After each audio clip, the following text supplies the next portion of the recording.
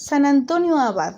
En su juventud, Antonio, que era egipcio e hijo de acaudalados campesinos, se sintió conmovido por las palabras de Jesús que le llegaron en el marco de una celebración eucarística. Si quieres ser perfecto, ve y vende todo lo que tienes y dalo a los pobres. Así lo hizo el rico heredero, reservando solo parte para una hermana a la que se entregó, parece que al cuidado de unas vírgenes consagradas. Llevó inicialmente una vida apartada en su propia aldea, pero pronto se marchó al desierto adiestrándose en las prácticas ermíticas junto a un cierto Pablo anciano experto en la vida solitaria. En su busca de soledad y persiguiendo el desarrollo de su experiencia, llegó a fijar su residencia entre unas antiguas tumbas, porque esta elección era un gesto profético, liberador. Los hombres de su tiempo, como los de nuestros días, temían desmesuradamente a los cementerios, que creían poblados de demonios. La presencia de Antonio entre los abandonados sepulcros era un claro desmentis a tales supersticiones y proclamaba a su manera el triunfo de la resurrección. Todo aún, los lugares que más espantan a la naturaleza humana, es de Dios. En Cristo lo ha redimido todo. La fe descubre siempre nuevas fronteras donde extender la salvación.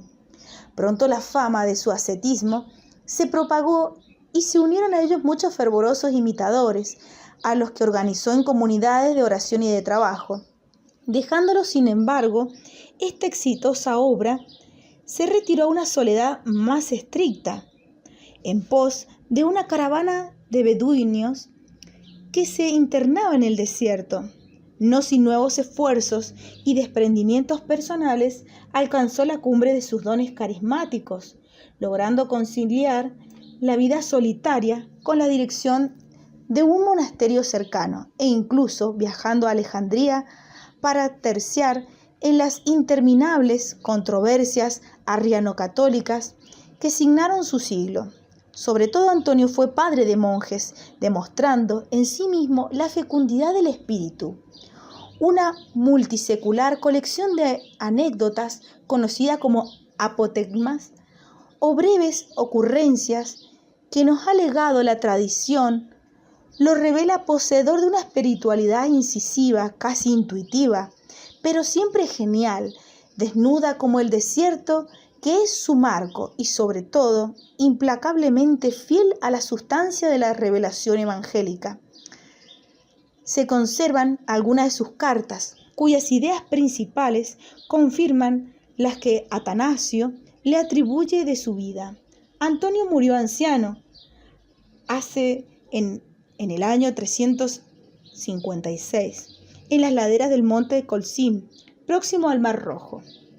Al ignorarse la fecha de su nacimiento, se le ha adjudicado una improbable longevidad. Aunque ciertamente alcanzó una edad muy avanzada, la figura del abad delineó casi definitivamente el ideal monástico que perseguirían muchos fieles de sus primeros siglos. No siendo hombre de estudios, no obstante, demostró con su vida lo esencial de la vida monástica, que intenta ser precisamente una esencialización de la práctica cristiana, una vida bautismal despojada de cualquier aditamiento. Cuando murieron sus padres, Antonio tenía unos 18 años o 20 años, y quedó él solo con su única hermana pequeña, aún teniendo que encargarse de la casa y del cuidado de su hermana.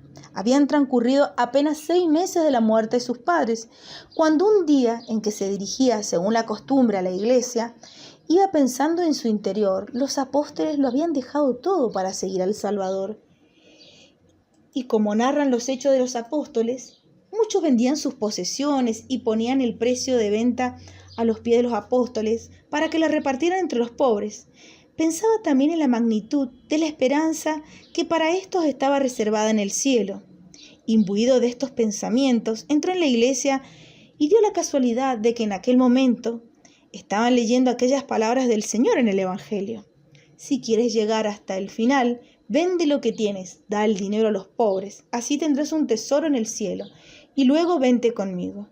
Entonces Antonio, como si Dios le hubiese infundido el recuerdo de lo que había hecho los santos, y con aquellas palabras hubiesen sido leídas especialmente para él, salió enseguida de la iglesia e hizo la donación a los aldeanos de las posesiones heredadas de sus padres. Tenía 300 parcelas fértiles y muy hermosas, con el fin de evitar toda inquietud para sí y para su hermana. Vendió también todos sus bienes muebles y repartió entre los pobres la considerable cantidad resultante de esta venta, reservando solo una pequeña parte para su hermana. Habiendo vuelto a entrar en la iglesia, oyó aquellas palabras del Señor en el Evangelio: no os agobiéis por el mañana. Saliendo otra vez, dio a los necesitados incluso lo poco que se había reservado, ya que no soportaba que quedase su poder ni la más mínima cantidad. Encomendó a su hermana unas vírgenes que él sabía que eran de confianza y cuidó de que se recibiese una conveniente educación. En cuanto a él, a partir de entonces, libre ya de los cuidados ajenos, emprendió enfrente de su misma casa una vida de ascetismo y de intensa mortificación. Trabajaba con sus propias manos, ya que conocía aquella afirmación de la Escritura: el que no trabaja, que no coma. Lo que ganaba con su trabajo lo destinaba parte a su propio sustento y parte a los pobres. Oraba con mucha frecuencia, ya que había aprendido que es necesario retirarse para ser constantes en orar. En efecto, ponía tanta atención en la lectura que retenía todo lo que había leído, hasta el punto de que llegó un momento en que su memoria suplía los libros. Todos los habitantes del lugar y todos los hombres honrados cuya compañía frecuentaba, al ver su conducta, lo llamaban amigo de Dios, y todos lo amaban como a un hijo o como a un hermano.